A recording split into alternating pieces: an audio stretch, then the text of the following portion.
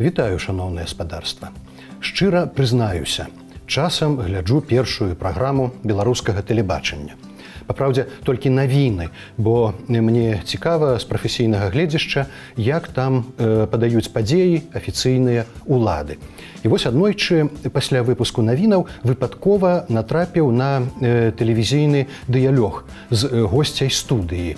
Ёю была унучка пісьменніка, вядомага ў савецкі час, Кандрата Крапівы, а вёў гэтае спатканне Марат Маркаў, які адначасова тады займаў пасаду намесніка старшыні Белтэлерадыёкампаніі, а цяпер ён начальнік, кіраўнік тэлеканалу тэлекампаніі ОНТ. І вось паслухайце, якое пытанне задаў унучцы Кандрата Крапівы гэты тэлевізійны начальнік.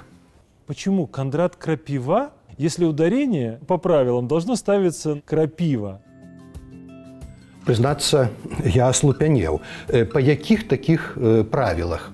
Паводле афіцыйнай біяграфіі спадар Маркаў мае ажно 3 вышэйшыя адукацыі: вайсковую, юрыдычную, ідэалагічную. У кар'еры мае такі радок, займаў пасаду намесніка начальніка ідэалагічнага ўпраўлення адміністрацыі прэзідэнта Рэспублікі Беларусі. Але тройчы дыпламаваны чыноўнік, здаецца, нават не задумаўся, што ў свеце ёсць іншыя мовы, акрамя расейскай, з іхнымі інакшымі правіламі. Ну, зрэшты, унучка Кандрата Крапівы Алена Атрахович адказала на анекдотычнае пытанне спакойна. Во-первых, это белорусское произношение. Так, і тут ужо не трэба па-другое альбо па-трэцяе. Зверым правілы Марата Маркава з моўным адчуваннем людзей на Менскай вуліцы. Расліна, да якой балюча дакранацца? Крапіва. Крапіва. Крапіва. Гэта вы па-расейску сказалі, а па-беларуску? Крапіва. Крапіва.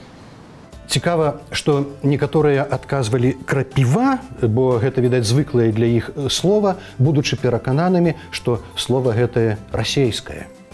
На русском знаю, как называется крапива. Крапива? Крапива, только я не знаю, как будет по-белорусски. Вы сказали правильно. Крапива, да? Окей. Натуральна, былі і іншыя, менш упэўненыя адказы, але не шматлікія. Вот на беларускай мове не ведаю як, а так крапіва. Правильно, а по-беларуску? А по-беларуску вот не ведаю. Звярніце ўвагу, добрай беларускай мовай і з добрым вымаўленнем, кажа наша рэспандэнтка. У беларускіх дыялектах ёсць варыянт крапіва, але з такім націскам слова вымавяць хутчэй жыхары поўначы, часткова паўночнага ўсходу Беларусі. А вядоўца праграмы Марат Маркаў нарадзіўся ў Лунінцы, гэта Палессе, і гэта азначае, што ад навакольных людзей ён такога вымаўлення ніяк не мог пачуць. І ў кожным разе стандарт літаратурнай беларускай мовы, што афіцыйны, так званы падсавецкі, што класычнай мовы, толькі адзін – крапіва, без варыянтаў. Не маглі мы не спытаць, ці зберагаецца ў памяці Менчукоў, відаць, са школьныя пары, імя аўтара, можа лепш сказаць, псеўданім аўтара някепскіх, расцяганых на цытаты, афарызмы баек. Найбольш вядомая ягоная байка «Дыплямаваны баран». Акурат пра барана, які дурней дурнога. Яму з мэтай распазнаць яго здалёк на шыю навязалі метку, а самому яму патлумачылі, што гэта дыплём. Баран з гэтай прычыны выхваляўся. У канцы байкі рэзюмэ. Якое? Ці памятаюць яго Менчукі? Другі баран ні бэ, ні мя, а любіць? Не знаю. Ты знаешь, Коля? Нет, я не знаю, даже белорусского не знаю. Коля беларускага не знае, можа, прыезджы.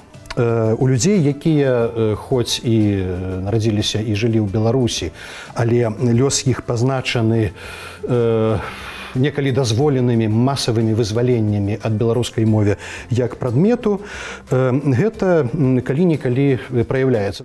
Другі баран ні бэ, ні мя, а любіць? Не скажу. Не ведаю. Просто я белорусский язык, не пришлось мне его изучать.